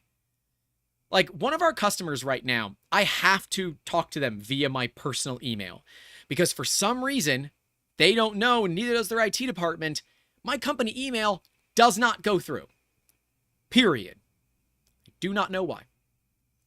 And they're a very, very large customer of mine, so I'm going to do it. But it's something you just don't want to do. Be careful. Don't be the guy that's just passing out business cards to anybody that's willing to take one. That's not what you want to do. You want to define your target market. You want to understand what they are, what their buying habits are, where they shop, what they're willing to spend on certain things, and more importantly, what problem they have that you can solve. If you're going to print farm, make sure it's for your own product. I don't think I'd open up a print farm right now for others. Although I will say, we had a product pulled from us to a print farm. It was a 6,000 piece order. And they were big pieces. They were like 24 hours each. A lot of work. And I billed, I think it was $190 for a set. It was 2 pieces, so 3,000 pieces total. I billed like $190. They found a print farm out in the Midwest that was willing to do it for $56 each. There's no money in that, dude. There's no money. And if it was maybe that this was a pretty big and recognizable company, maybe that's why they wanted that recognition that, hey, we worked with XYZ. That's, that gives validity to us. I don't need that because I've worked with Lockheed Martin, the Smithsonian, Publix, and some other major brands, Disney. Trying to think of, they're all on my website. Some of the major brands we worked with are on the website, and the PGA Tour. We've done parts of the PGA Tour. So I don't need that, right? And I'm not going to compete on that price. There's not a snowball's chance in hell I could do that for $50. There's no money in that. But some people like to take, losses on stuff to get the client. Specifically, we worked with Snoop Dogg, and some other big stars. And a lot of them will want a scan for free. Now, I can charge them for the print, but they want the scan for free. And I'm normally willing to cut a deal because the value of them talking about it is big, but I need to see them talk about it before I cut the deal. I've been burned too many times. Inux Studio says $2 an hour is better than $0 an hour, Grant. I disagree. I absolutely disagree. Because you're talking about $2 an hour for printing. You're forgetting the fact that there are shitloads of supports on those parts, and somebody has to take that off. And there is no chance that that part takes less than 15 minutes to get all the support material off and clean and get ready to be shipped. Not a chance. And at that point, then that product is completely wasted for me. So Inix says, what if your printers are idling? Would you rather print for $2 an hour or no dollars an hour? For me, I don't want to lower my price, and I'm willing to let my machines idle in exchange for not making it obvious that I'm willing to cut a deal. If people know that you're willing to cut a deal on print time, then they're going to take advantage of that. I'm not the one to do that. Like, if you're nice to me and you want to do a bit of a volume order, I'll help you out. Right? Now, if you need the cash, like Inix is saying, by the way, go check them out. Crazy awesome parts. Go check out Onyx 3D. And Left Terrace. Thank you, sir. If you need the money, do it. Right? I mean, literally, when you start a small business, your motto should be, if the money is there, I don't care. But eventually, you want to get to a point where you set what you work on and how you do it. Don't devalue yourself. Now, if there's a big project that you want to get and you got to cut your prices a little bit to get it, Just be aware. Just be aware, right? You might eat a little crow in the beginning. You might be eating more ramen than anything else. But if that results in a longer contract, you win. Great example. We have an injection molding partner who does all of our injection molding work, who's actually might be the guy who does all the CNC milling on The Politician, because I'm going to be transitioning some stuff to metal. He had a client project that came to him. He does CAD work, and he came to me and said, "Dude, you do CAD, right?" I said, "Yeah, of course." He said, "I need help. We're not going to finish this in time. We have 3 weeks to do all this work. Can you do it?" I said, "Give me 24 hours, let me talk to my team." The team said, "Hell yeah, we can do it." And we did it. I'm billing like $6,500 for that project because of the crazy fast time. There's over 40 hours of design in it in 3 weeks. Now, let me be clear. That's a lot of work from one designer. So yeah, you gotta be knowledgeable of that. And I said, all right, I'll take a hit on this. I'm not gonna make as much money as I normally would. A project this fast and that complex, there was 54 individual 3D printed parts, and there was assembly, there was hardware, there was gluing, there was a lot of stuff. Like, I have a box from McMaster-Carr sitting over here with all the stuff in it, all the spares that I had to order. That would only be like a $10,000 or $15,000 project. I said, all right, I'm going to cut him a deal where I will still make some money, but I'm not going to make a ton. Knowing that if we knock this one out of the park, he's likely going to, and he said it himself, he's going to turn down his CAD operations and just outsource it all to us. That's a business win for me. Because if I can keep our staff busier and we have a defined way to get business, right? That's another small business that's just referring business to me. Then I don't have to do any work. They're contacting him already because they don't recognize that 3D printing exists. They want to go straight to injection molding. What they need is they need a prototype.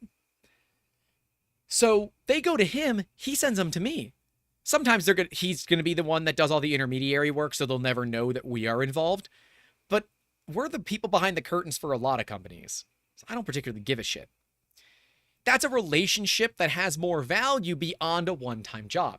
If it's a one-time job and you know it's a one-time job, charge for it, baby. Don't even worry about it, right?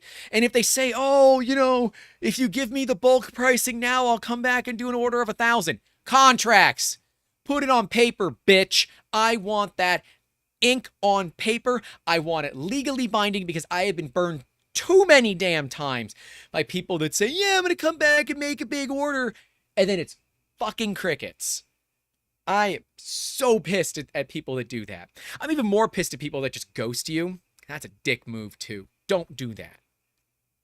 Anyways, I'm getting mad. Let's look at dealing with those problem customers and kind of what you need to do. Because you're going to get them, right? People that are like, you're too expensive. Okay, here's a list of people in the area that also do what I do. Give them a list. And what you do is the first person on that list is the one you hate the most. Send the problem customers to the people you don't like first. And then, if they still come back to you like, I don't like that guy, or give me another one. Start making phone calls. Say, hey, I've got a customer. They're a bit of a problem. Charge them high. I'm sending them to you. That happens a lot. I will get a phone call from one of our competitors saying, hey, I got an asshole customer who I'm going to refer to you. This is what I'm going to charge him. I need you to be at least double that. Okay, no problem. Gonna call him. He's gonna be a dick. I'm gonna tell him, yeah, it's gonna be X amount of money. Oh, it's too much money. I got quoted half that. I said, well, then I suggest you take that deal.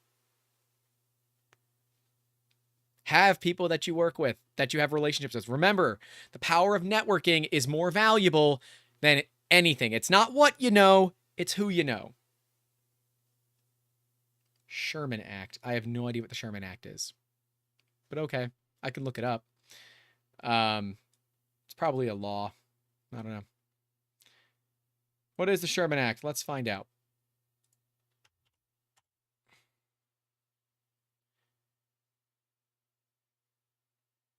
Outlaws every contract, combination, or conspiracy in restraint of trade. Any monopolization, attempted monopolization, or conspiracy or combination to monopolize. We are not monopolizing. Colluding is totally fine. But what we're doing is we're proving value. We're proving value, right? I know that guy doesn't want to work with me, so I'm just going to charge him a lot of money. It's the asshole tax. And that guy's not charging him any extra. If he decides he wants to work with me, I'm going to tell him no. Actually, I decide I don't want to work with you. It's never happened. They always end up going back to the original person, and then they get the business back. So it would be different if it was price fixing. So if we were all raising our prices to bring the minimum average price up, that's like very much not okay. But yeah, we are not attempting to monopolize.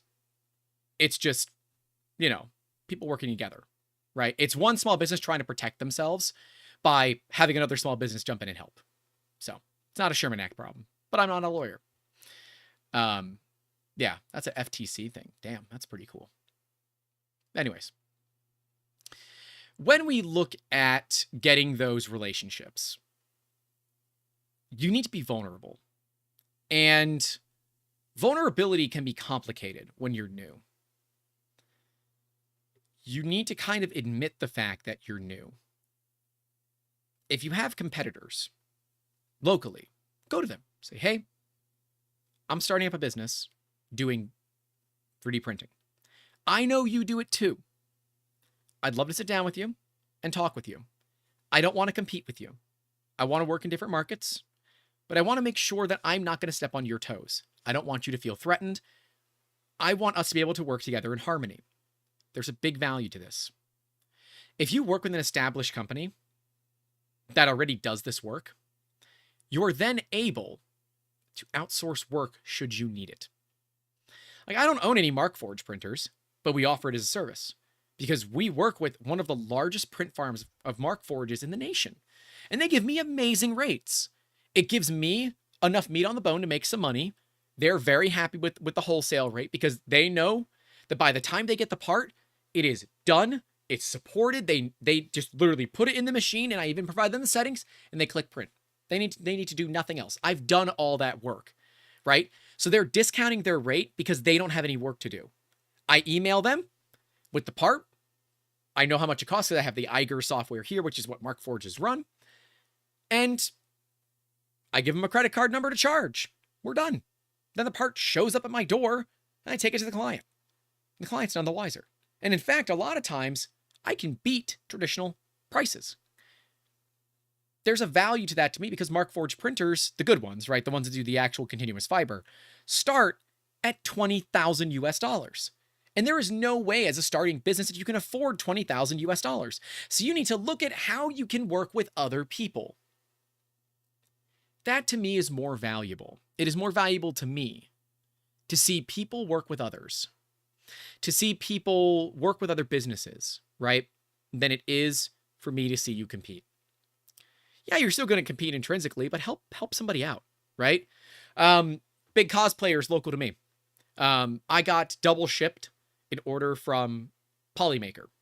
When Polymaker did the sale for Chris Perillo's birthday via MakerDeck and all of that, I bought 17 spools. They double shipped me. Now, legally, I didn't have to do shit. I could have kept those spools. There's nothing that I could have done or nothing they could have done because of US law. But I paid for them. They reached out and said, hey, we accidentally double shipped you. I said, yes, you did. I'll pay for them. I reached out to one of my contacts who does cosplay locally and said, hey, I got a bunch of Polymaker filament. I paid $10 a kilo for it. You want it for $10 a kilo? They said, hell yeah, we'll take it. I said, okay, cool. So I got my money back. And someone that didn't know about this sale was able to take advantage of it. And they said, hey, by the way, we've got these big resin printers now. So should you ever need some really big resin printing, we got you handled. I said, cool. I said, what are you going to charge for it? They said, a wholesale to you, if it comes pre-supported, 50 cents a milliliter. I said, perfect. That works for me because I charge $1 a milliliter. Done. And we now have a defined way to grow our business without spending more money. And I know it is one of those cases of, does it make sense, right? You have to also, it's difficult because a lot of small businesses are paranoid that you're just going to learn everything about them and then just compete. But there are those of us out there that just don't give a shit because we're so well stuck in our communities that go ahead and compete. If I have clients that leave me because you're that much cheaper, then they weren't good clients to begin with. That's how I see it. But for me, I decided content creation was going to be a way that we would get our name out there. YouTube is very expensive. We have an editor, we have copywriters, we have graphic designers. I built a team surrounding the YouTube channel. The YouTube channel cost me no less than $1,200 a month to run. With Patreon, I think our best month we brought in $500 and YouTube ad revenue. That's it.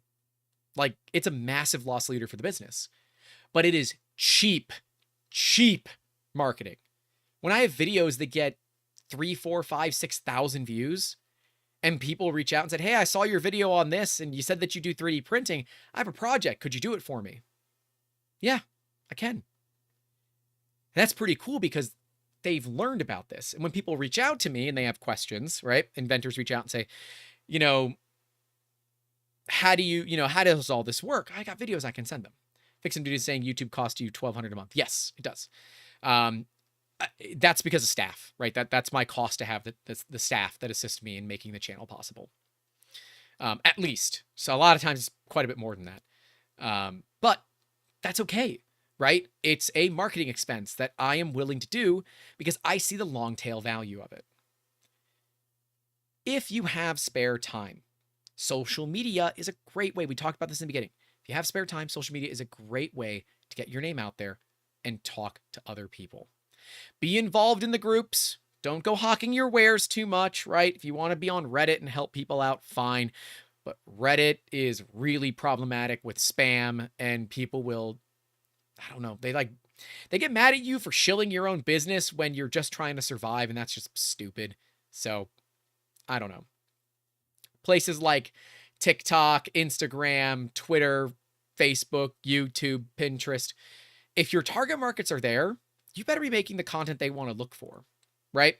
So if I want to go after lawyers and insurance companies, I should be making a video that says how to help you make more money in court, or how to save your insurance company thousands of dollars on their court cases. Or I'm going to make a video about how to 3D scan a crashed car for court. That's an upcoming video.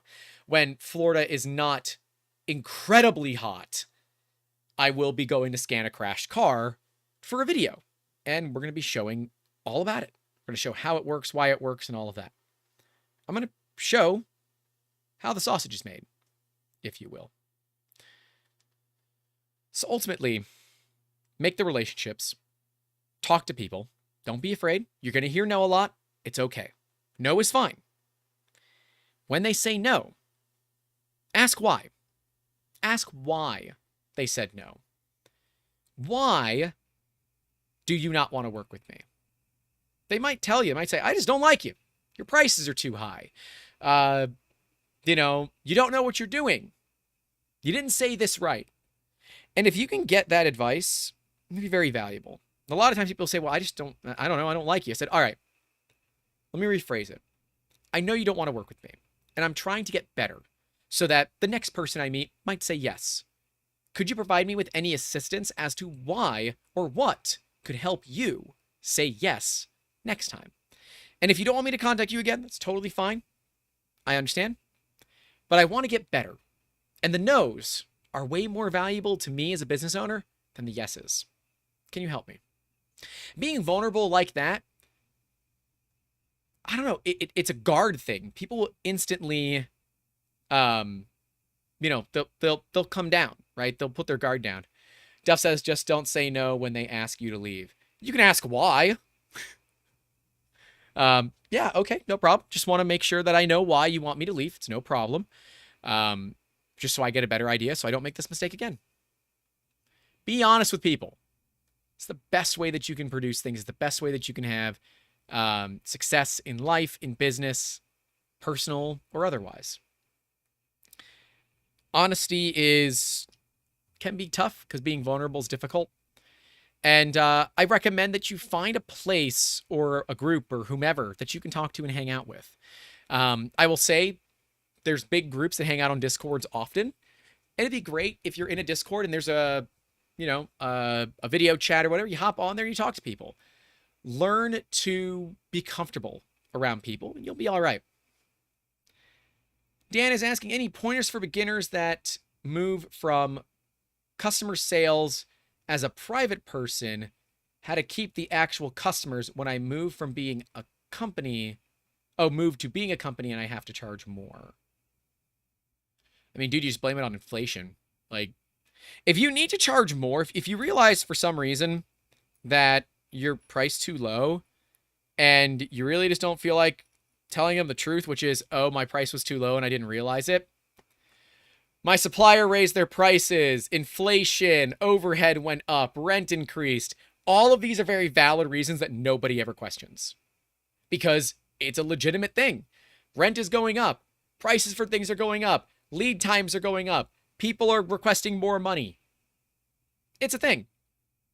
Say, hey, now that I'm a business, I got to pay more in taxes, which means I got to raise your rates.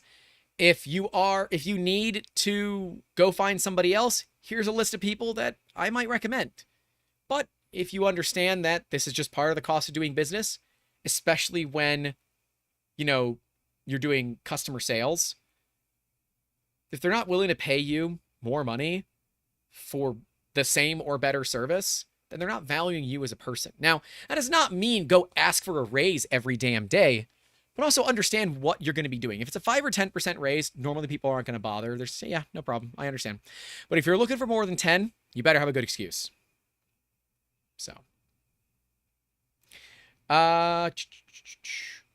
it's easier being honest as you don't need to remember the lies. And that's very true. You just have to understand your target market and how they're going to react. If you say, yeah, I have more expenses and I got to charge you more, if that's going to piss them off, it might just be easier to say, yeah, it's inflation. Or, yeah, it's my cost. Whatever. But yes, if you are comfortable enough with your target and your customers to be honest with them and tell them that, which you should be, right? Then just tell them. And if they get mad, they weren't good customers. You will lose customers when you raise your rates. Every time. But that's okay. That's the 80-20 rule doing itself for you. Find the people that value your time, that are willing to pay you to do it, but are not willing to bitch or argue or be a pain. Because what you don't realize is that your time is not just spent working for them. It's explaining things to them. It's, dealing with, when they get upset. You don't put billable hours on, 5-minute questions, generally speaking. But those can add up if they got a lot of them. Now, I don't know what you do for customer sales. I'm guessing you're a sales guy and you work for companies. We are actively looking for a salesperson. If that is something you might be interested in, I'd love to talk. And most companies are, right? But a lot of companies will struggle to pay for it. Because here's the fun thing in business. You are the salesperson. And if you suck at sales, that's going to be a bad day for you. Here's the deal. You need sales to pay the salesperson that gets you sales to pay the salesperson. Right? It's a circular problem that you have. So unless you're willing to drop some money on someone that you firmly believe in, that can prove to you that they know your market, that they know your consumers, they know all of that, great, drop the money. But if you're taking an absolute bald risk on somebody, you're better off trying it yourself, in my opinion, even if you suck at it, because you'll eventually get better, right? Whenever you get a no, ask why. Don't be don't be like the kid that says, why? I totally understand why you said no, or I totally respect the fact that you don't want to work with us, but I am trying to learn more about it. How could I do better for the next person that I contact? So yeah. So Dan says, client asks for a product. I design, prototype, and make tests and print the final product. That's pretty cool. I have a barbershop calling me. I will call them back. They're calling through my Google so I can hear it in my head. I don't think you guys can hear it. But, okay, our best sales tactic was just to be honest. I totally agree. I totally agree that the best sales tactic is to be honest. Being open, truthful, and everything with your target market, assuming you know your target market well, will be valuable to you. Honesty matters a lot. Dan says that he keeps all the designs at STLs. Wow, I could never. ever do that. My clients would never let me do that. We work a lot with inventors.